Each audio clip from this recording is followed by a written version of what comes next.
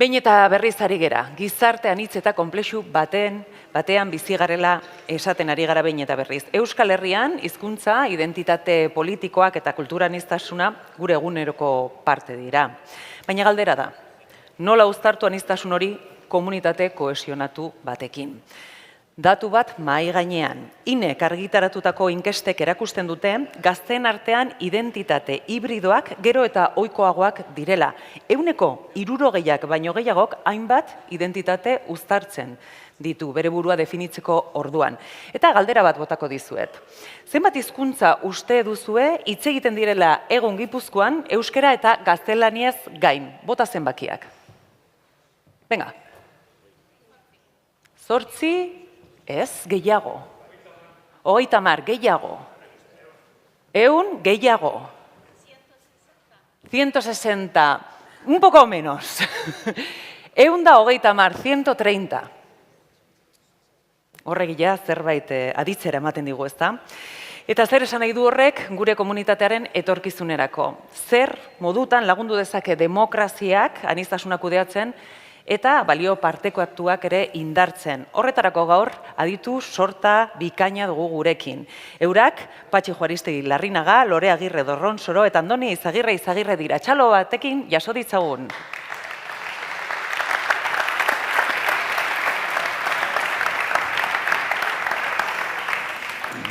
Labur, zuen biografiak esango ditut, oso labur.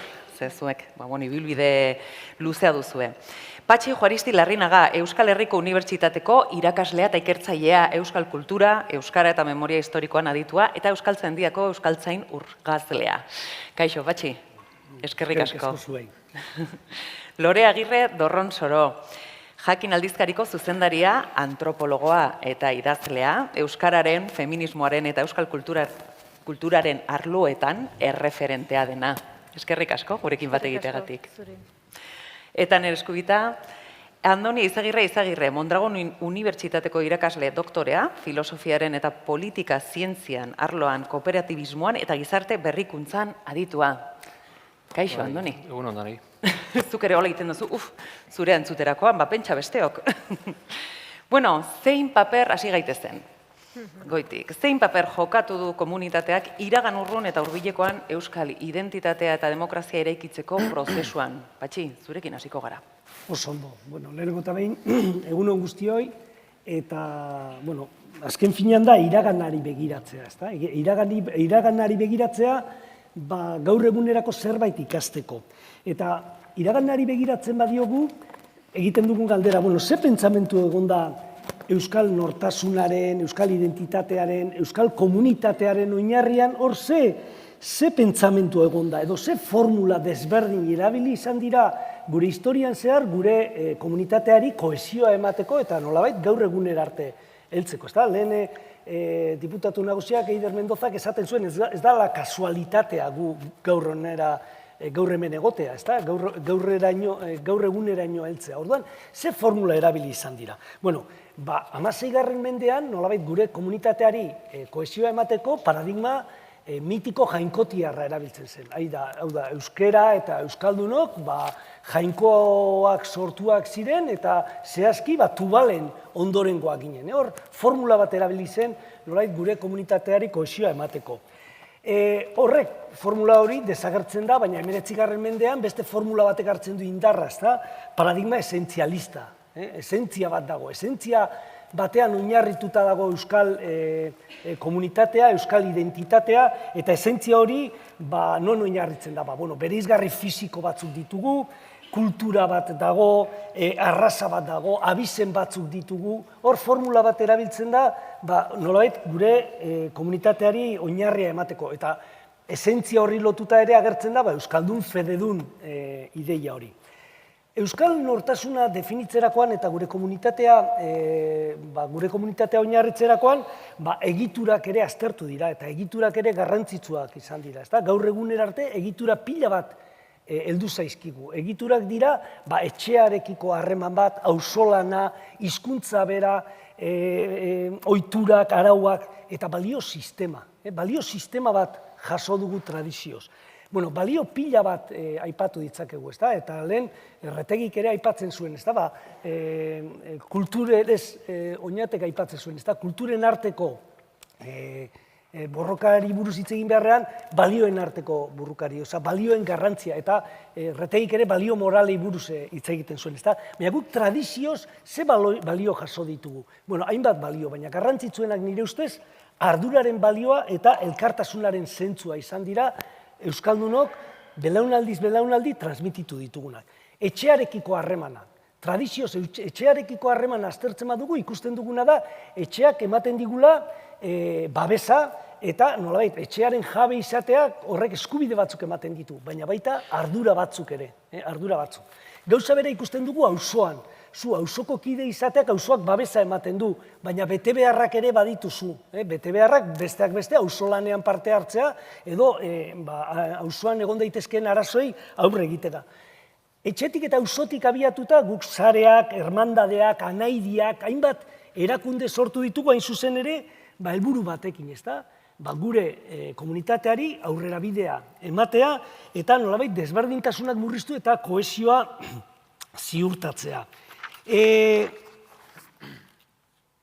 Honek emaitza honak eman dizkio, balio hauek, erantzukizunaren edo arduraren balio honek eta elkartasunaren balio honek emaitza honak eman dizkigu. Emaitza honak eman dizkigu, hor daukagu adibidez Mondragon kooperatiben esperientzia. Edo hor dauzkagu herrilur eta basoak. Egia da, hainbat tokitan horiek galdu egin direla, baina nolait, ardura horrek eta elkartasunarekiko ideia horrek ahalbidetu du gaur egunera arte hainbat tokitan, bereziki Nafarroan eta Araban, herrilur eta herri basoak lortzea. Baina Euskal Nortasunean baita oso garrantzitsua izan da pertenentzia sentimentua, ez da? Gaur egunera arte heldu gara, nolabaiteko komunitatearekiko atxikimendu bat izan dugulako. Eta horrek ahalbidetu digu, euskera gaur egunera arte ekartzea, ez da? Hain zuzen ere, non gorde da hobekien euskera? Pertenentzia taldea eta erreferentzia taldea berdinak izan direnean eta biak euskalduna. Hau da, ni atxikimendu bat daukat nire komunitatearekiko eta gaina nire erreferentziak ere hauek dira eta denak euskaldunak dira, ez da?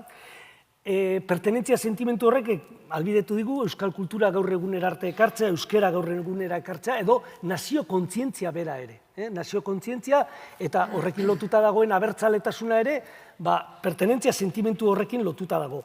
Dena dela Euskal Nortasuna baita eraikuntza ere bada, eta hori ezin dugu ahaztu. Berrera ikitzen aritu gara, ez da? Eta berrera ikitze hori batzuk esan dute artifiziala izan dela, ez da? Hau da, euskal identitatea, euskal nortasuna modu artifizialean sortu dela, hainbatek esan dute ere, alderdi nazionalistek helburu politiko edo ekonomiko edo instrumentalak tarteko sortu duten identitate bat dela, baina nik ez dut uste hori, nire ustez, hor berrera ikitzen joan gara, eta berrera ikitzen joan gara nolabait oinarri batean oinarrituta, ez da? Hor lehen esan ditudan erakundeetan, pertenentzia sentimentuetan, eta luze hitz egin genezake, gure historian zehar ze pentsamentu erabili izan ditugun gure identitatea oinarritzeko. Baina horretatik guztietatik zer ikasi genezake? Nire ustez ikasi ditzakegu balio batzuk. Eta lehen aipatu ditudan, balio garrantzitsuak dira ardurarena eta elkartasunarena. Egitura batzuk jaso ditugu, eta tokatzen zaigu guri egitura horiek babestea. Eta egiturak esaten dudanean da, zentzu zabalean, hizkuntza bat jaso dugu,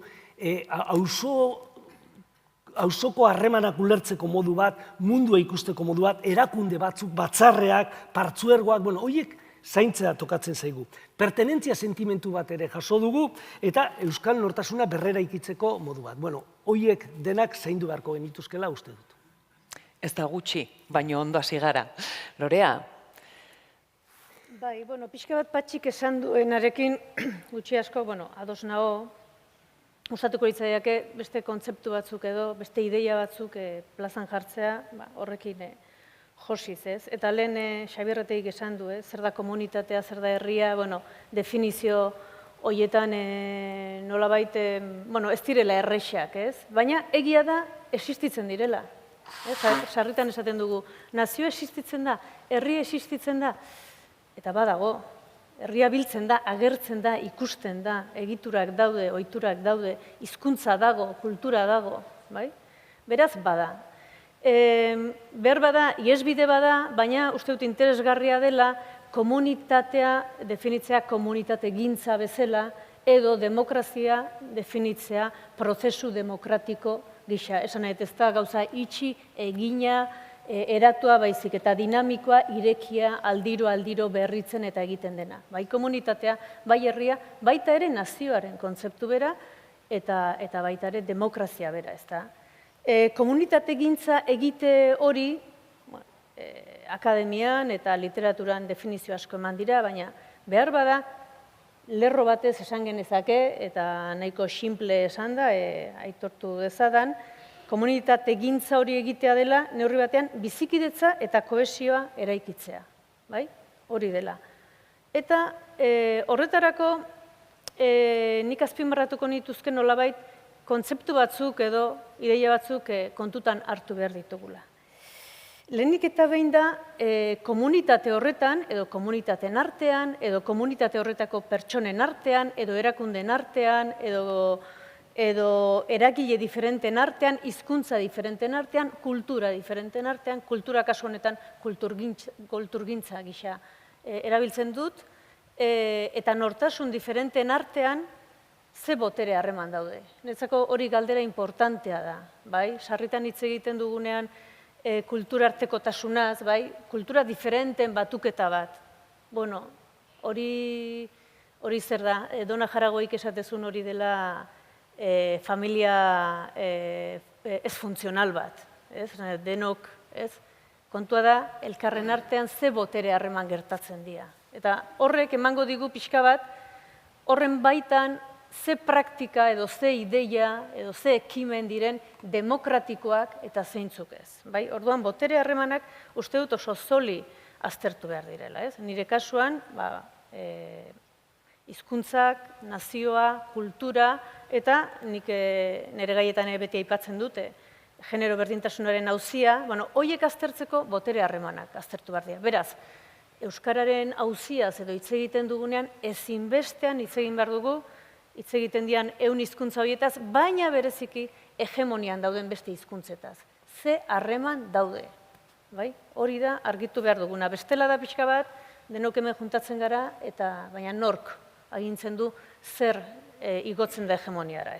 Hori batetik, hau lotuta dago justiziaren sentimentu batekin, justiziaren ideia batekin, justizia sozialarekin, gutxiago duenari gehiago ematearena, bazterrean dagoena erdigunera ekartzearena, nolabait, demokraziak, eta politika publikoek bilatzen duten hori, Eta,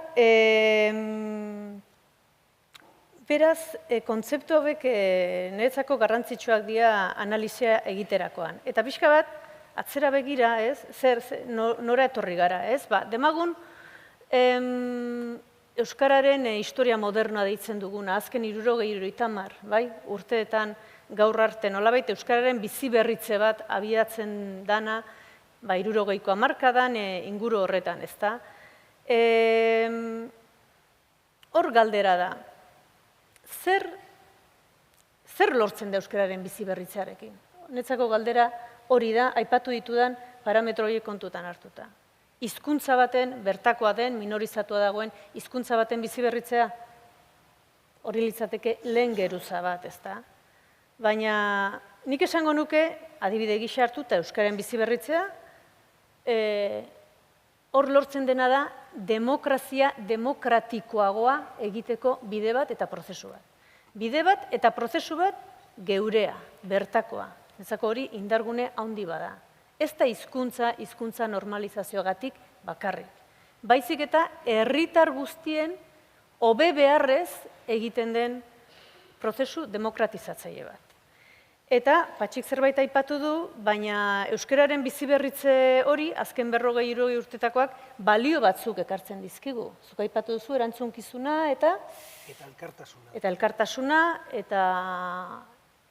hori kooperazioaren forman, kooperatibismoaren forman, komunitate egitearen forman, eta gehiago, niretzako hau ere importantea da esatea, izan dela euskararen biziberritzea prozesu ireki, kohesionatzaile eta integratzaile bat. Naiz eta sarritan kontrakoa esaten den. Bestela ezin da esplikatu nolatan 50. hamarkadan frankismo betean hizkuntza galtzear zegoenean gaur egun lortu duguna. Ez da esplikatzen orduan euskaldun ziren familiek, bai, edo euskaldunak ziren hoiek, espalia ireki, integratzaile, arkor eta emankor izan, ez gineke hemen egongo. Eta iruditzen zait hau lezio hau importantea dela. Ze batzutan kontrakoa esaten da. Izan da prozesu bat integratzailea, izan da irekia, izan da arkorra. Bai, bestela, gure geto txikian egongo gineke, ezagit geure buruan zeratuta, geure burua zilborraz hitz egiten, eta nolabait eutanasia motel batean edo galtzen. Eta prozesua bestea izan da, kontrakoa izan da. Bai, orduan, prozesu hori nik balioan jartzen dut, lortu duenagatik eta dakartzan balioengatik.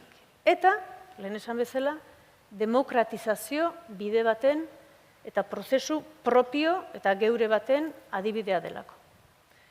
Mila esker, Lorea. Bagoaz, bagoaz hor zipristinduz gaurkoan duguna eskuartean aberastuz. Andoni, zer esango zenuke? Horiok Kontxako bandera irabazizun, atzera begira aurrera eginez. Arrauna jakatzea. Nik ze ikasi dut nire aurrekoetatik. Lehenik eta behin Javierri eskerrak eman, bere hitzaldiagatik. Nik Javierren hitzaldia entzuna ala, momentu horonekan buruan pertsonaren ze konzepzio dago, hau da, nire ustez galdera nuklearra, pertsonaren ze konzepzio dago Javierrek premisei buruz eta aurrera begirakoari buruz hitz egin duenean. Javierrek eta eurak simbolizatzen dute esperientzia historiko bat, eta gero era berean gaur gerogintzarako asmotan hausnarketa estrategiko bat egin dugu. Baina egin duen reflexio guztian pertsonaren ze konzepzio dago. Bere hitzaldian gutxien aipatutako hitza pertsona da, baina nire ustez importantena, eta zuk oso ondo esan duzun bezala, oinarrian sustraiak pertsonak dira. Eta bere hitzaldia bukatu du Arizmendiarrietaren esaldi batekin, pertsona aintzat hartuz, ez da. Nik hoxe nahiko nuke baintxe reflexio bezala hausnartu. Eta bereiziko ditut pertsonaren bi konzepzio. Ez da gizarte analizi bat, baizik eta jabetzeko, bi eredu diferente direla. Horre, lerroburuan edo nonbaitean jartzen du Gipuzkoatik. Gipuzkoatik. Eta norbaitek pentsa dezake Gipuzkoa dela kokapen geografiko zehatz bat duen lurraldea. Izan lehike. Edo izan lehike hori baino gehiago. Nik Gipuzkoatik entzuten dudanean datorkit horixeren oihartzuna. Eta anekdota bat kontatuko dut, planteatu nahi detena ulertu dadin. 1950ean horixek giza eskubideen adierazpen unibertsala itzuli zuen. Eta itzul zezakeen euskeraz. Itzul zezakeen euskeraz. Eta euskeraz itzuli izan balu, esango luke pertsonak eskubideak ditu. 70-80an itzuli izango bagenu, esango genuke pertsona orok eskubideak ditu. Inklusiboagoa da. 2011-2025 itzuli izan bagenu, segurazki esango genuke pertsonak eskubide oro du. Aldaketa importantea da. Baina edonola ere, hiru aldaera horiek euskaraz eginak daude. Pertsonak eskubideak ditu, pertsona orok ditu, edo pertsonak eskubide oro du. Horixek ez zuen euskaraz itzuli. Horixek egin zuen euskaratik itzuli. Eta euskaratik egin zuen itzulpenean esan zuen pertsona orori askatasuna eta duintasuna zor zaizkio. Nire ustez, pertsonaren bi konzepzio oso desberdinetaz ari gara. Lehenengoan, pertsonak eskubideak ditu. edo uste du eskubideak dituela, ze soberanoak erabakitzen du berari eskubideak eman edo ez. Euskaratik egiten den itzulpenean, pertsonak du ardura eta erantzunkizuna besteari askatasun eta duintasuneko ingurua emateko. Bi konzepzio oso diferentetaz ari gara. Javier Arretegik lehen esan duenean, proaktiboak izan behar dugu, proaktiboak izango bagara, erantzunkizunak hartzen baldin baditugu gure gain, eta guztion ona bilatzen baldin badugu. Arizmendiarritak esaten zuen, gauza asko egin daitezke inoren zain egon gabe, erantzunkizunak hartuz. Patxik neurri batean esan duenarekin lotuz, nik uste dut horixek euskaratik egiten duen itzulpena gure tradizioko tronkalidadearekin eta zuzenbide pirenaikoarekin lotuta dagoela. Honek zer esan nahi du labur-labur. Garai batean, etxean, etxerakoak, gizonezkoa edo emakumezkoa izan zitekeen, gurasoei hitza ematen zien, etxea, etxekoak eta ondasunak aurrera aterako zituela. Hitza ematea eta erantzunkizunak hartzea. Gurean, tradizioz propietate hitza ez da egon. Propietateak azkenen esan nahi du ondasunak nik nahieran erabiltzea. Gurean propietatearen ordez egon dena da jabetza. Jabe izan edo jaube izan. Eta jaube izateak esan nahi du gurasoi ematen diet hitza, alegia aurrekoei diedan zorragatik, erantzukizunak hartuta etxekoak aurrera aterako ditu dela. Pertsonaren konzepzio diferente bada. Refleksio hauek egin ditut nire baitan Javier entzun ahala, ez da. Bukatzera no. Uste dut, sakon-sakonean badagoela galdera importante bat, Aita Barandiaranek mahai gainean jarri ziguna. Aita Barandiaranek bi galdera egin zizkigun. Bat da nor naiz, eta esan zuen, baina importantena da ni zertarako. Galdetzen aldiogu geure buruari ni zertarako. Zertarakoa, zentzua, propositoa.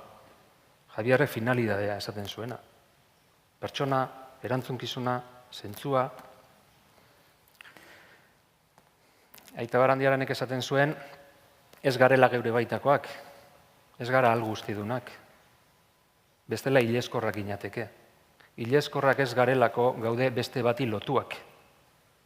Aita Barandiaranen kasuan beste hori jainkoa zen. Jainkoari nago lotua. Zertarako ark maite dituenak lagunurkoak maitatzeko. Guk ez daukagu urrats hori eman beharrik. Javierrek ere esan du, erlijioak zoritxarrez indarra galdu du. Baina galdu ez duguna edo galdu behar ez genukena da lotua egotearen ideia. Ez naiz nire baitakoa, besteren baten baitakoa naiz. Eta hor agertzen da elkarrekikotasuna, orain aipatzen den zaintza, erantzunkizuna, pertsona, erantzunkizunak, eta bukatzen dut. Pertsona lotua, ez? Lotua nago. Lotua ez da morrontzan bizi edo txintzan bizi, baizik eta bestearekin elkarrekikotasunez. Badakizu, zer esaten zuen Arizmendiarretak? Hitzez hitze. Pertsona lotua eta loteslean datza, euskaldunki jokatzea. Lotua egotea, lotua. Orain esaten da zaintza, eta gurean lehen ere egin izan da. Hitzekoa izan, ardurak hartu, eta erantzunkizunez etxekoak aurrera atera. Etxekoak izan daitezke etxekoak, auzokideak, herrikideak, jarrera batetaz ari gara. Jarraituko dugu. Javier entzuna ala egin zaidan reflexioa izan da. Patxi, Eon. Beste gauza bat. Bota, baino labur favorez Andoni. Beste gauza bat. Trainera. Eiderrek oso nadalako, Eiderrek esan du munduan hasita dago eta erabili duen metafora oso da. Eta da trainerarena. Traineran zer dago? Pertsona. Pertsona besterik ez. Baina gauza bat, mundu nazi eta zea honetan, trainera bakarrik ez daude, transatlantikoak ere bai, Baina gu, efektibamente, trainera eta trainera bakarrik gara, eta pertsonak bakarrik dauzkagu. Hori zaindu behar dugu. Nik uste du metafora bezala, esan nahi handia daukala, ezen mundua asko aldatzen ari da, baina guk daukagu neurria, Eta gu gutxi gara, eta pertsona zaratago ezer gutxi, zentzurik onenean. Tira, sarrera bezala oso ondo etorri zaigu, bakoitzaren ikuspuntua kokatze aldera, bai eskatuko dizuet hemendik aurrera laburxiago erantzutea favorez. Badakit gauza potoloaz ari garela. Komunitate sentimendua ahultzen ari da Patxi, hemen hitz egiten ari gara propositoaz, erantzunkizun faltaz, interdependentziaz akaso, ez? Hitz egin dezakegu, hori ere gaur egun lehenago, aintzinean normaltzat edo naturaltzat hartzen genuen hori, gaur egun akaso ez daukagun mai gainean. Zer pasatzen ari da? Hori da, ez da, galdera da, komunitate kohesionatua gara, hau da, komunitate bat gara, lehen aipatzen zen komunitatea, helburu komunak, saretzeak, erronka komunak, nolakoa da gure gizartea. Begiratzen badiogu, 80. hamarkadan esaten zen, bi komunitate zeutela, da hainbat liburu idatzi ziren. Alde batetik etorkinak zeuden, 60. hamarkadan etorritako etorkinak, eta abertzaleak edo euskal nortasuna zeukatenak, eta gainera hainbat liburuk esaten zuten, abertzale eta euskal nortasuna zuten horiek, bizkarra eman da bizi zirela etorkinekiko. Guk eusko ikaskuntzaren baitan ikerketa bat egin dugu euskal nortasunaren inguruan, da horri agertzen da euskal nortasuna bat dela. Edo nahi baduzu euskal komunitatea, ez da? Baina gure nortasun hori bat da, baina hori bizitzeko modu desberdinak daude. Eta hain zuzen ere batzuk esaten dute soilik euskaldunak direla, zuk lehen aipatu duzu ere euskaldun hibridoena, eta gero eta indar gehiagoz agertzen da, hau da, ni naiz euskaldun eta espainola, edo naiz euskaldun eta ginearra, edo gero eta gazte gehiagok esaten dute hori. Badaude ere esaten dutena, bueno, ni euskalduna naiz, hemen bizi naizelako eta hemen lan egiten dudalako, baina ez daukat inolako atxikimendu afektiborik euskararekiko, euskal kulturarekiko, edo, bueno, ez, nolabait, harreman zibiko-administratibo bat dauka. Eta badaude ere, euskal gizarte honetan esaten dutenak ez, ni ez naiz euskalduna, ni naiz espainola edo frantziarra edo beste gauza bat. Euskarari buruzko ikuspuntuak ere aztertzen baditugu, ikuspuntu desberdinak ikusten ditugu. Batzuk esaten dute, euskal komunitateari oinarri bakarra eta ezinbestekoa euskarak emango diola. Beste batzuk esaten dute, bueno, euskara garrantzitsua dela, baina euskararekiko jarrera ere oso garrantzitsua dela. Eta beste batzuk esaten dute, euskararen mailan beste gauza batzuk ere badaudela euskaldun izateko. Beste alderdi batetik ikusten dugu da, pixkat azaltzen ari naiz kohesio horre ahultzen duten hainbat gauza ditugula. Eta beste alderdi batetik, pasatu gara gizarte materialista batetik, postmaterialista batetara, eta hor balio berriak ere agertu dira. Erlatibismoa, eszeptizismoa, pragmatismoa, hedonismoa eta individualismoa. Lehen ere hemen askotan aipatu den hori, individualismoa. Individualismoa gero eta gehiago dago. Orduan galdera da, kohesionatutako komunitate bat gara? Hori airean utzi nahi nuke galdera hori. Kohesionatutako komunitate bat gara? Airean utzi duzu, etzara busti? Lorea, zeintzu dira erronka nagusiak eta gero, nola uztartu nazio identitatea eta aniztasun kulturala? Ze erronkak baditugu, baina aukerak ebai, zer horrek esan duzu, ez? Botere erlazio horiek akaso eraldatzeko ere aukera batean aurrean gaude. Bai.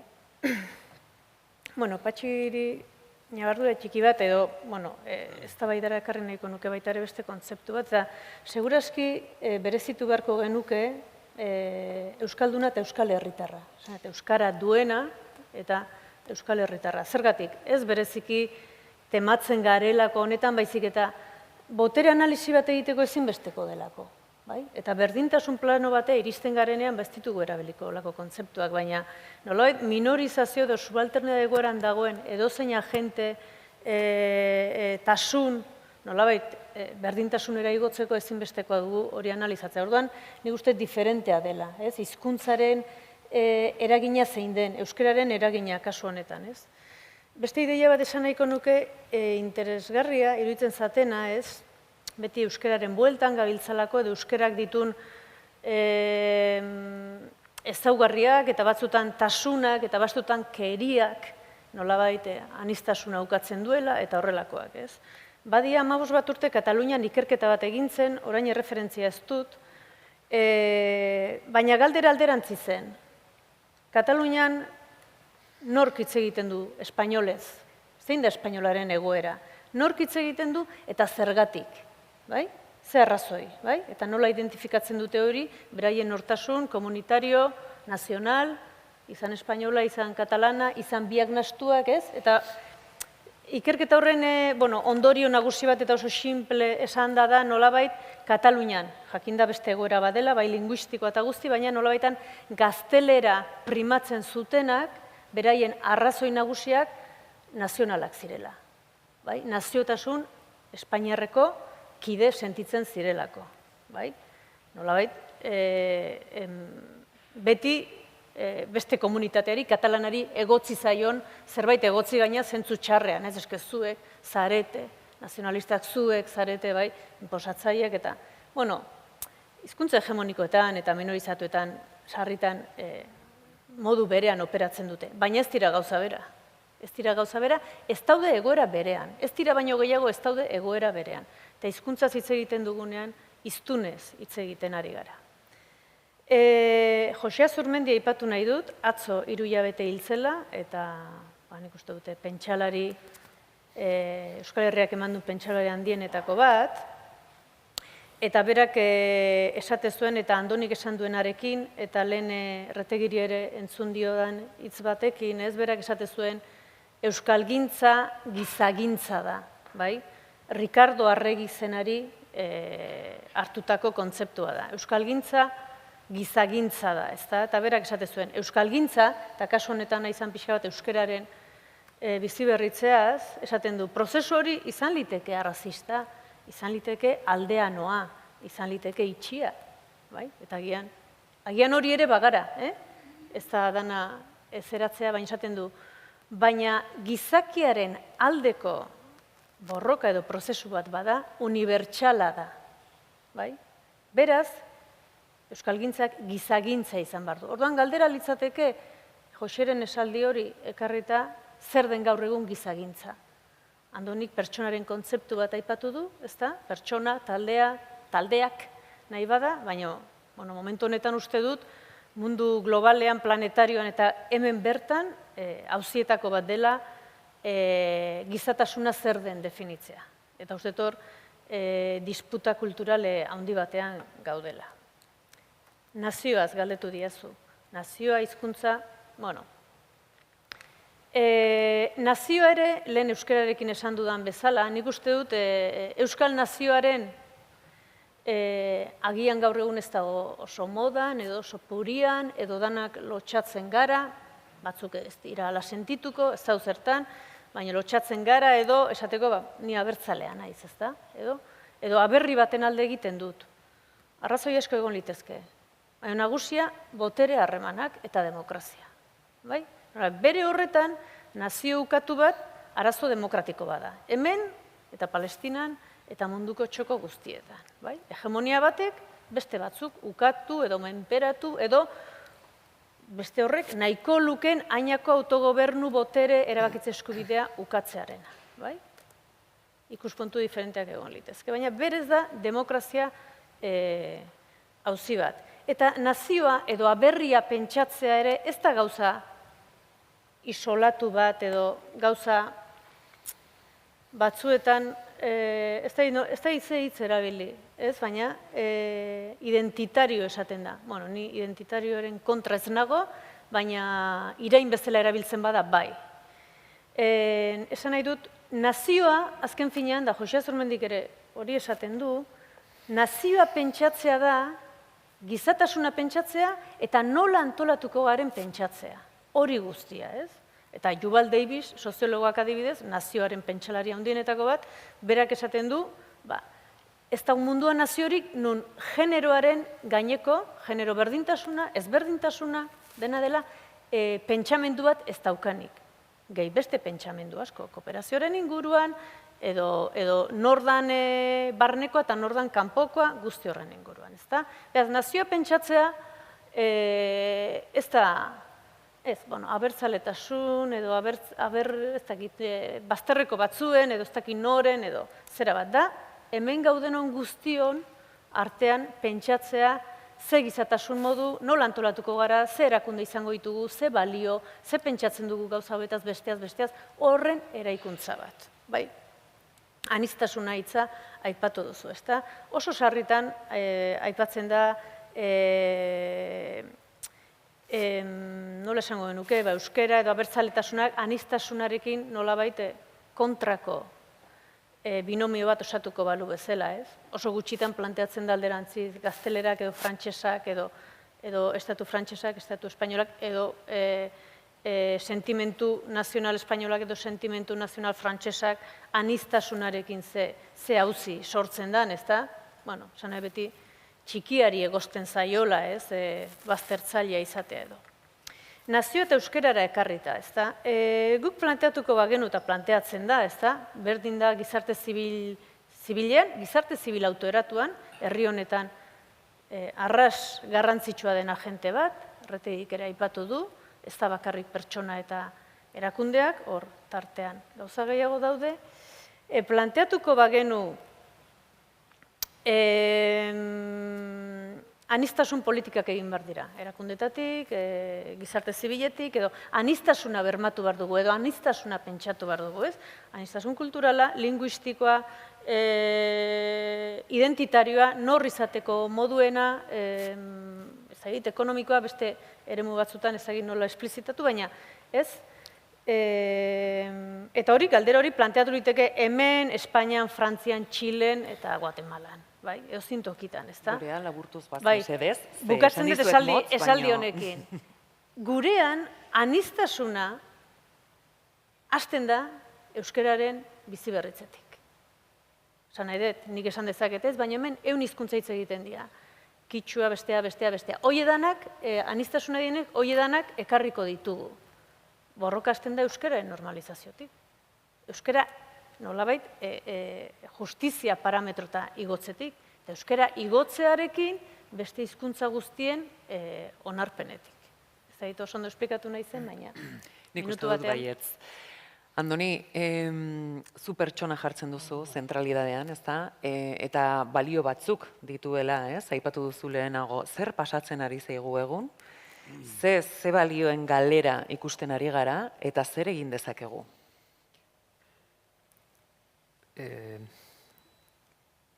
Planteamendua ulertzet, baina bina bardura egingo nizkioke.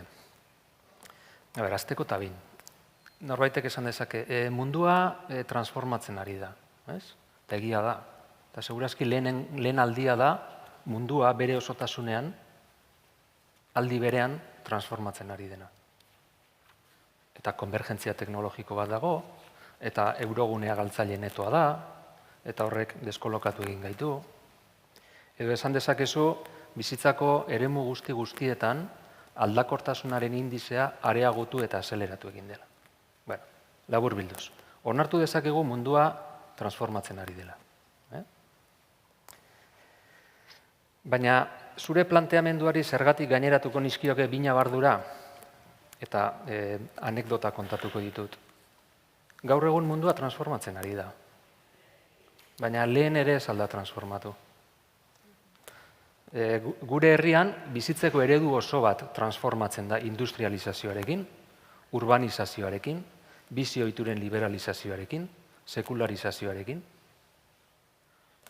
Transformazio handiak lehen ere ez aldira gertatu. Ze bestela badirudi herri bezala aurrera egin dugu transformaziorik ezagutu gabe, baina guretzat aurrera begira bertute bat izan daiteke, lehen ere transformazioak eman badira, eta aurrera egin bada, horragian ikasteko zerbait badago. Ez kontraintuitiboa da, baina badirudi, ez natzeizu garaiak konparatzen ari, edo gaurko garaiak eta aurrekoak transformazio aldetik beretsuak direnik. Esan dizut segurazki gaurkoak badauzka ezaugarri singular batzuk, baina lehen ere eman izan dira aldaketak, eta jakin izan da aurrera egiten. Ez demokraziarik, ez herri erakunderik, ez autogobernurik gabe gainera. Lehengoan lehendakariak esaten zuen, eta berak asko daki, garai beltzak etor daitezkela, eta herri erakundeak autogobernua eta identitatea auzitan egon daitezkela. Eta denek arreta horri ipini zioten, baina lehendakariak gaineratu zuen komunitatea indartu behar dugula. Eta nire artean pentsatu nuen, Gerta daiteken hori gertatzen bada, eta komunitaterik gabe baldin bagaude, orduan bai egin du gureak. Agirreren belaunaldiak eta ostekoak itxaropena zeukaten, fedea zeukaten, pertsonak, elkarte sozialak, azpiegitura komunitaria sortu zituzten. Garai latzetan.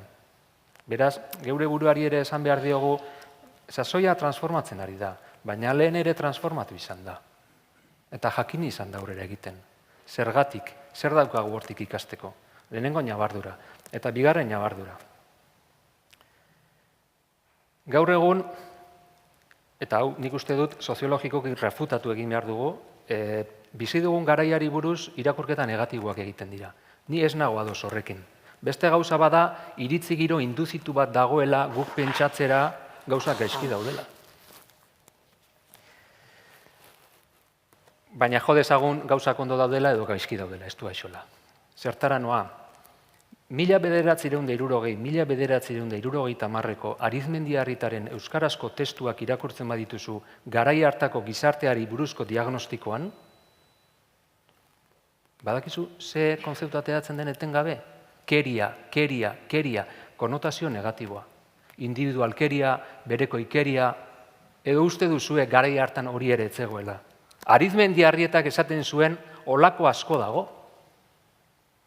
Orduan, atzera begiratzen badugu, batetik transformazioak eman izan dira, eta lehen ere keriak bazeuden, eta aurrera egin da. Bestela, beti pentsatzen dugu, gaur sasoiak transformatzen ari dira, eta berekoikeria dago. Bueno, nik aurreko irakurtzen direnagatik lehen ere bazegoen, eta jakin izan zen aurrera egiten. Zergatik? Hori da geure buruari galdetu behar diaguna. Eta bukatzeko. Nik uste dut hor, Arizmendiarritaren gandik ikasi dudanagatik. Hor, eta Aita Barandiaranek egiten du bereizketa importante bat, eta da, gauza bada sozializazioa. Eta sozializazioa da, zu jaiozaren sasoia, zu jaiozaren unea, tokia, eta sozializazio giro horretan aukerak daude, mugak daude, trabak daude, eta egon daitezke garai oparoago batzuk edo traumatikoago batzuk. Baina Barandiaranek esaten zuen, baina azken unean, pertsonak berea eta soilik berea duen horrekin egiten du topo. Zerekin? Kontzientziarekin. Eta jende honek, transformazio garaia hunditan, keria asko zegoenean ere, kontzientzia kultibatu zuen. Zerekin zeukan obsesioa Arizmendiarrietak? Pertsona formatu egin behar ziren, pertsonak zaildu egin behar ziren, pertsonak trebatu egin behar ziren. Baina horrez gain, Javier, pertsonak edukatu egin behar ziren. Eta edukazioak dauka kontzientziarekin lotuta. Orduan, zer ikasi genezake? Ez dakit, baina tankera horietako gauzak. Traineran, pertsonak bakarri gaude, pertsonak balioak behar ditugu, elkar lagundu behar dugu, emozioak landu behar dira. Emozioak ez sentimentalismoak, ezik eta bizi indarra, bizi gogoa. Ze bestela, lehen ekaitzarekin amore ematen dugu. Eta guk herri bezala aurre egingo dugu trainera izan da eta pertsonekin. Eta berriro diot, transatlantikoak daude ondoan. Eta mundua nahasia dago, baina transatlantikoak daude. Eta gu gara mundu nahasi batean, txalupa bat. Eta berriro diot, txalupan daude pertsonak. Eta pertsonek kultibatu behar dituzte uren gaitasunak. Gaitasun kognitiboak, mundua ulertu, munduan egoten jakin, gaitasun moralak, zentzu bat eman bizitzari, eta gaitasun emozionalak. Indar eta gogo bat, lehen denboralearekin ez dezagun etxi. Eta egit. Optimista izaten zaiz. Optimista ez da jarrera bat. Bueno, jarrera bat da. Ni naiz optimista. Barkatu, ni ez naiz optimista. Begira, baina Agirrek gauza bat esaten zuen. Itxaropena da gauza bat, eta baikortasuna beste bat.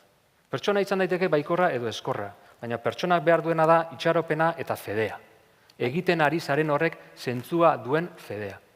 Gero pertsona izan daiteke baikorragoa edo eskorragoa, baina ipar batekin, neurri batekin, eta egiten ari zarenarekiko kontzientzia batekin.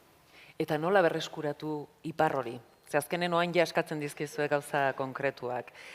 Hausnarketetatik ekintzetara pasatzea, ekimen konkretuak. Berriz ere, hori, bideratzeko. Denok bat egin dezagun, eta denok elkarrekin, komunitate kohesionatu bat sortu dezagun, edo izan gaitezen.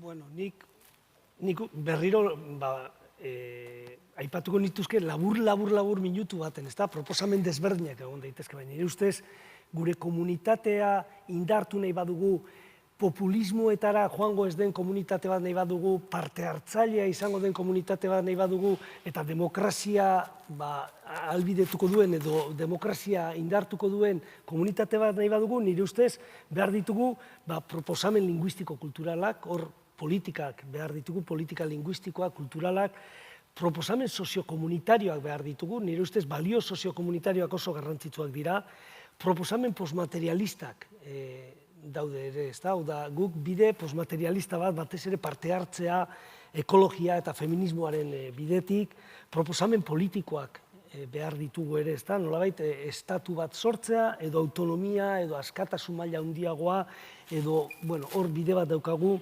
eredu ekonomikoari loturiko proposamenak egin behar ditugu, guk tradizioz, gure euskal tradizioan, auzolanaren eta ekonomia eredu bat bizi izan dugu, eta ekonomia eredu hori nire ustez berriztatu eta gaur egunera arte ekarri beharko genuke, eta gero nire ustez oso garrantzitsua da, komunitate honek errelato berri bat behar du, ezta? Euskal nortasunari lotutako, euskal komunitateari lotutako errelato berri bat.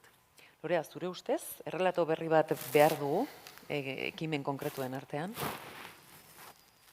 Errelato berri bat, bai, errelato konpartitu berri bat, seguraski. Lehen Andonik esan du, ez? Gizartea beti transformatu da, eta norbea bizi da bere momentuan, eta orduan iruditze zaio mundua hemen hasten dela, sarritan, oso adanista gea, eta orduan munduko aldaketa gehienak oaintxe gertatzen ari dira. Seguraski hori historiak berehala gezortatzen du, ez? Baina, orain hemen gaude, eta egia da, zorionez transformatu gara, gugeu ere bai, gure komunitatea eta gure hori, eta horrek adibidez, horren adibide argi bada, genero berdintasunaren borroka. Nere ama, nere amonak ze bizimodu izan zuten, ez dau konparazioik, eta ziurrenik oso konstiente ziren, beraien egoeraz. Esan nahi dut, ez dela pentsatut, azpian ere goxo bizi zaitezke, bai, gertaliteke, baina, hor bat zeone aspirazio bat, eta guk ez dugu gauza handirik asmatu aurretik dator, nolabait berdintasunaren zera. Berdintasuna aipatzen dudala, nik uste dute, erronka konkretutara ez noa, baina berdintasuna, ekitatea, justizia soziala eta botere harremanak, hori ondo definitu behar dela politikak egiterakoa. Zer den demokratizatzailea eta zer ez. Eta euskerara ekarrita, nire gaia delako lehen ere esan dut, uste indargune handi badela, kohesio egiteko, elkar bizitzarako, ez hizkuntzagatik bakarri, baina hizkuntza horrek dakarren, ekar lezaken eta guk emango diogun errelato horretan, dakartzan, atzeti datozen eta berreskuratu behar ditugun balio guzti horiek. Ez dela euskaldunon auzia, baizik herritar guztion auzia, eta dela bide bat demokratizaziorako. Horrek zer eskatzen du? Lehenik eta behin noski, eta hemen txebukatukoet, baina euskarara sarbidea erabat demokratikoa, zabala eta unibertsala. Ezin dezakegulako eskubide eta obligazioak eskatu eskubideak eman gabe edo eskura jarri gabe. Eta bukatukoet esaten, horretan, uste dut Gipuzkoa potentzial handia duela Gipuzkoak. Eta, bere historia propiogatik eta gauza askorengatik, baina, oso momentu honean egon gaitezkela horrelako demokratizazio bideak bultzatzeko. Eskerrik asko. Andoni, zu zara azkenekoa, zegero parte hartze zabalagoa eginik dugu, eta beraiek galderak egingo dituzte, publikoak galderak egingo ditu. Labur, mesedez. Gure aurrekoetatik ikasi duguna da, egitasmoak praktikoak izan behar direla eta konvergenteak. Badakizu, zerua hartu nahi dutenek edo zerua asaltatu nahi dutenek zerurik ez eta lurra ere galdu egiten dute. Eta nik beti entzun dut Euskaldunak ez garela ideala handiko pertsonak izan zorionez, baina zentzu praktiko handikoak.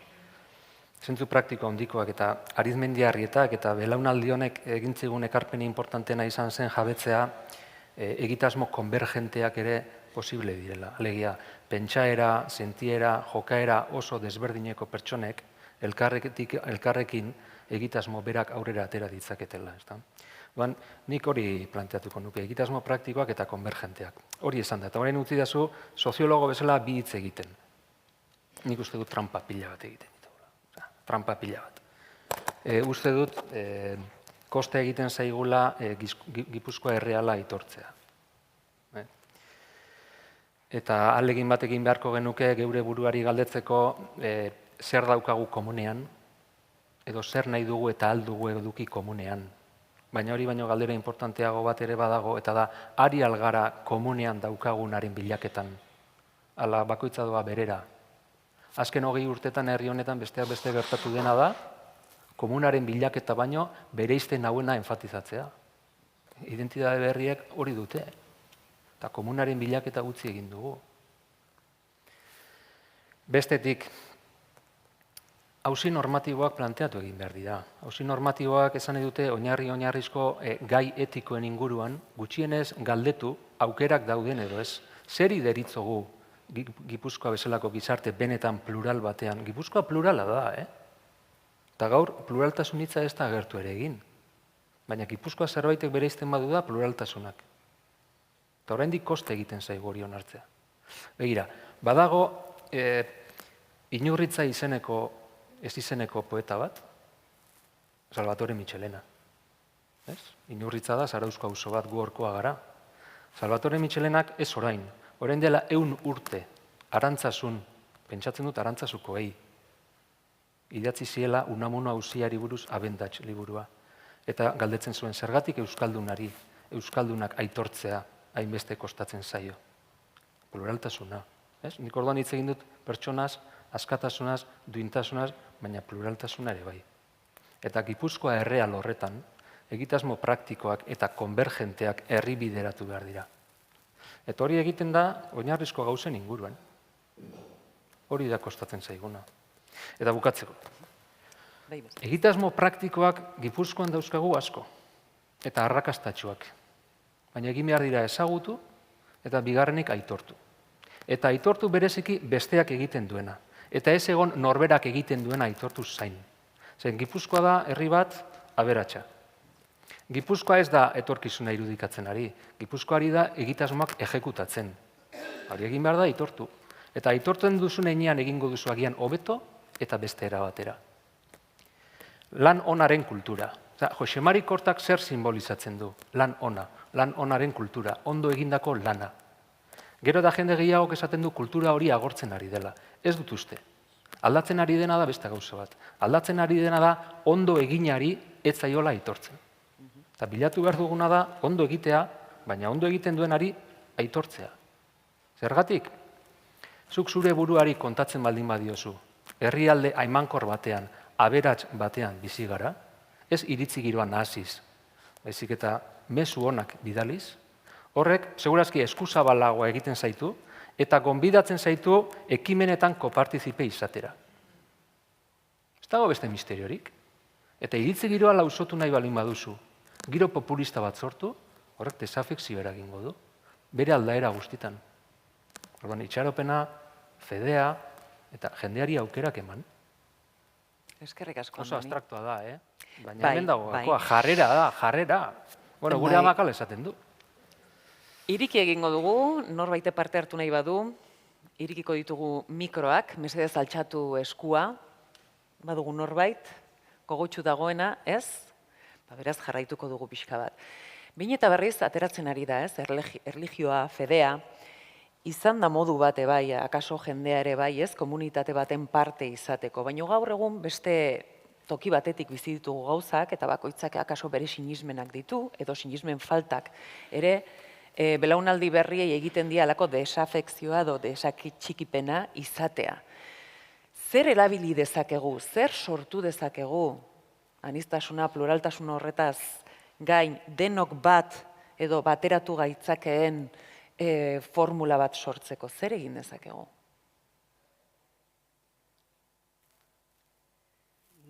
Aipatu dut errelato berriarena, ez da? Errelato berri horrek, eta ni bai pentsatzen dut errelato berri horrek hemen asko aipatu den gizagintzaren bide horretatik joan behar dela, ez da? Baina nola, Patxi, gero, egunerokoan, errelatoa sortzen dugu, nola iritsi jendeari, nola? Hori da gauza, ez? Bestela abstrakzio batean gera gaitezke askotan, ez? Errelato bat, ados, eta nola? Bueno, hezkuntzak lehen, Pablo Oñatek ere aipatu du, hezkuntzak garrantzitsua dauka, eta ero, guk sare pila bat dauzkagu, eta elkarte pila bat, eta hor badago, hor, zerbait, ez da, horiek lantzeko, hor landu beharko lirateke nire ustez, hau da, gizakiaren eta agintarien artean dauzkagun hor elkarte pila bat horietan, landu beharko lirateke. Hor egun beharko luke, ez da, errelatoa. Lorea? Homen, nire naiz, Andonik esan du Euskalduna praktikoa dela, nire naiz gehiagi. Ni gehiago nabeli deia munduan. Nahi nuen aipatu, aniztasuna aipatu zu, bueno, gutxi aipatu dugula edo, baina badala... Anistasun, barkatu, pluraltasuna. Anistasuna, imaginatzen dut zer den, baina pluraltasunak beste konotazioa dauka. Zentzu horretan esan dute. Bai, bale, diferente gisa, anistasuna, pluraltasuna, bai, diferenteak izan dituzke, ados. Ez pixka bat, Marina Garcesek badu esaldi interesante bat, eta esaten du, diferentziek batuko gaituzte. Alegia, diferentziek, desberdin izatearen onarpenak, eta desberdinkeriak edo, desigualdad, espainolez esaten danak, banatuko gaituzte, ezta? Orduan, uste dut, idea polita dela, ze sarritan, aniztasunaz hitz egiten dugunean, gauza txartza hartzen dugu, edo batzutan, esaten, aniztasuna gauza guztietan, eta horrek nolabait komunitatea ustendu, eta horrelako literatura asko dago, ezkerretik eta eskumatik, ezta? Aniztasun eremu diferentetakoen kontrako aldarri bat, ez? Danok berdinak, berriro bueltatzea, berdinak izatea, danok homogeneoak, danok gizon, danok emakume, danok ez dakiz zer, ez? Eta orduan nik uste dut aniztasunarena balio badala. Baldin eta, hori da, desberdinkeriak gainditzen badira. Edo desberdinkeriak gainditze prozesu horretan, nolabait denok implikatuak eta interpelatuak sentitzeko prest egon gaitezen. Pentsatu dezakegu komunitate askoz batutako komunitate batez ari garela, hau da bakoitzak bere izan da, beste komunitatea handiago bat sortze horretan, horrelako zerbait pentsatu dezakegu. Ze, ematen du komunitate bakarraz ari garela behin eta berriz, bai? Komunitate askoz osatutako komunitate batez ari gara edo komunitate bakarraz? Nik esango nuke komunitate bakarra, baina harremanak eta bizitzeko modu desberdinak, ez da? Ez dakit ondo lotzen diren. Nik uste dut komunitatea bakarra dela. Lehen ere esan dut, ez da? Euskal nortasun, euskal komunitatea bat da. Baina hori bizitzeko modu desberdinak dira. Nik ezin dizut erantzun, ze nik galdera bestera batera planteatzen dizkion nire buruari, orduan asko kostatzen zait. Baina, begira, Gipuzkoak biziraungo du. Gipuzkoak biziraungo du. Baina bizirauteko modu diferenteak daude. Gipuzkoak biziraun dezake trafiko arauak errespetatuz bezala. Alegia, hemen gaudenok noiz gurutzatuko dugu errepidea. Berdez dagoenean. Baina zuk errepidea gurutzatu dezakezu berdez, ez mundu bat konpartitzen duzulako, edo poliziari beldur diozulako, baizik eta badakizulako zure interesen mesedetan dela. Ordan badaude, oinarrizko arau batzuk, elkar errespetatzen baditugu, konbibentzia bat badagoena. Baina zeure buruari galdetu diezaiokezu hori ote den bilatzen dena, edo hori baino zerbait gehiago. Eta orduan horrazten da, arauak errespetatzea ez gain, obligazio erreziproko batzuk sortzen dira, erantzunkizunak, orduan, komunitateaz ari garenean edo Gipuzkoaz ari garenean, kontua ez da komunitateak iraungo duen edo ez, baizik eta zer nolako komunitate bilatzen duzun. Oinarrizko arauen errespetuan oinarritutako bizikidetza bat ere posible da. Eta ez da gutxi. Geure buruari galdetu behar diegu hori ote den bilatzen duguna. Edo beste zerbait ere bai. Eta beste zerbait horrek eskatzen du elkarrekiko errespetu bat.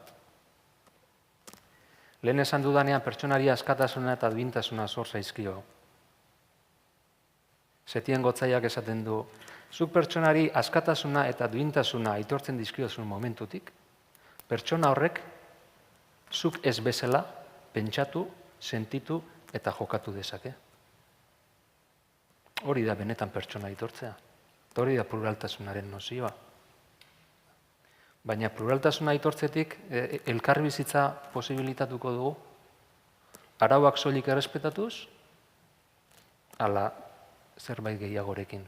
Eta hor, elkarrekikotasuna, reziprozidadea, beste kontzeptu batzuk sartzen zuaz. Horregatik diot, komunidadeak iraungo du. Aldera ez da komunidadeak iraungo duen. Baizik eta zer nolako komunidadeak iraungo du, edo zer nolako komunidadea nahi dugu. Horretan gaude, behin eta berriz. Baina alegin du, eta aurrera egin, eta atzera begiratuz aurrera egin. Horretan. Eta kontxa irabazi. Bai, alegin dugu. Zu zarauztarra izateko horio gehiagia aipatzen duzu, ez? Ez? Tira, azken norbaitek galderarik bota nahiko balu?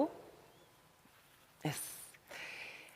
Azkeneko burutazioren bat nahi duzue publikoarekin partekatu?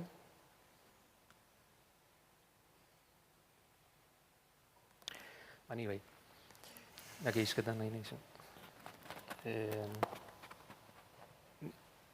Pertsonaz hitz egin dut, pena da demokraziaz ez dudala ezer esango, baina gutxienik herrigintzaz hitz bat nahiko nuke egin.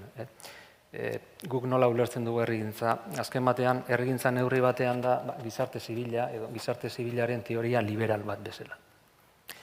Eta nik uste dut Javier Retegiren aurkezpenean ideia emankor asko daudela. Herrigintza zeri deritzogu, labur.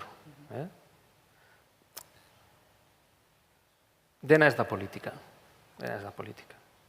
Eta politika ez dira botere publikoak bakarrik. Dena ez da foru aldundia. Baina gero foru aldundiari eskatzen diogu guztia. Politika ez da botere publikoa bakarrik. Botere publikoaz gain, politika ulertu eta egiteko manifestazio gehiago dago. Baina era berean Gipuzkoa ez da esfera politikoa bakarrik. Javierrek ondo esan duen bezala, esfera politikoaz gain ekonomikoa ere badago, soziala ere badago, komunitario ere badago. Era berean importantea da Gipuzkoa bezalako herrialde batean esfera hauei autonomia relatibo bat errespetatzea. Eta politikari batek enpresa bati lekzio moralak ez ematea. Edo voluntariotzako talde bat aldundiari erabat menpeko ez izatea. Beraz, esferak daude, esfera diferenteak daude, esferei elkarrekiko errespetu bat behartzaie, eta hori bezain importantea. Esferetako bakoitza, politikoa, ekonomikoa, pentsaera, zientziera eta jokaera askotakoa da. Esfera ekonomikoan antolaketa mota ugari egon daitezke, finalidade diferentekoak. Batzuk gertuago edo urrunago sentituko ditugu, baina hori herri bideratzea da importantea, eta hori ondo zaintzea. Ez goitik bera esartzea, ez danak zu bezalakoak izatea, edo ez dena esfera batera reduzitzea. Musika celestiala da, hau, badakit, baina batzutan diskurtso moralistak ere beharrezkoak dira. Ze horren kontra egiten du, ez dela iritzi giroak. Herrigintza hori guztia da. Eta pluraltasun bat aitortu, eta autonomia relatiboa eman pertsona eta pertsona taldei. Javierren azkeneko esaldia Arizmendiarrietenera hortik doa. Pertsonan izan behar da konfiantza. Eta pertsonan konfiantza izatea kultibatu egin behar da. Pertsonan konfiantza eduki behar da. Zuk pertsonan konfiantza daukazu momentutik alternatibak egongo dira. Pertsonan konfiantza ez badaukazu, zerua hartu nahiko duzu. Eta orduan ez zerurik ez lurrik. Hori da. Zerbait gehitu nahiko zenuke, Lorea? Bueno, labur. Eta pixka bat demokraziaren baitako, igual adibide bat aipatzearena, ez?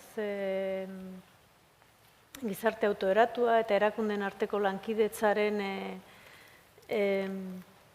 bideak, ez da? Uste Gipuzkoan badaudela, baina Euskal Herri mailan adibidez, uste dute adibide garrantzitsu bat, eta ardatzeko bat dela adibidez genero berdintasunak eta feminismoak egindun bidea, ez? Nolabait, gizarte autoeratu gisa antolatzen den mugimendu bat. Esango genuke hasiera batean behar bada auzi identitario bati erantzunez, hau da zer da emakumea edo zer izatera behartzen gaituzte eta gerora bihurtzen da auzi orokor eta herritar guztiak inplikatzen dituena, eta, bueno, nolabait mugimendu sozial horretatik, hori nola erakundeen elkarlanera pasatzen den, bai agendetara sartzen den, bai politikak zeratzen diren, eta baita ere erakunde errealak eta konkretuak emakume etxeak direla, edo politikak edo sortzen dira, Gipuzkoa batean herri askotan. Hor uste dut, lezio bat izan dezakegula. Dena ez da izango positiboa, egongo da tensioak egongo dira, eta horrelakoak, baina badaukagu hor bide bat, beste asko daude, baina adibidea bekarri nahi nun, iruditzen zatelako, gaur egungo gizartean auzi importante badela, eta eraldatze horretan, gizarte transformazioan, dakarkigun onuretako bat demokraziari ez da.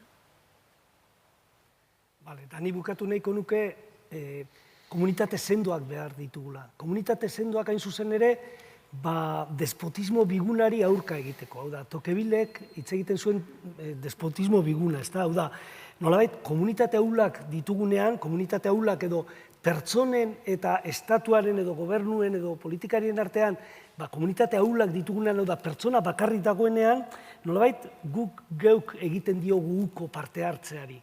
Eta guk geuk nahita uko egiten diogun momentuan, hor despotismo bat sortzen da. Batzuk agintzen dute, jendeak ez duelako parte hartzen. Nik uste dut, komunitate sendoak behar ditugula despotismo bigunari aurka egiteko.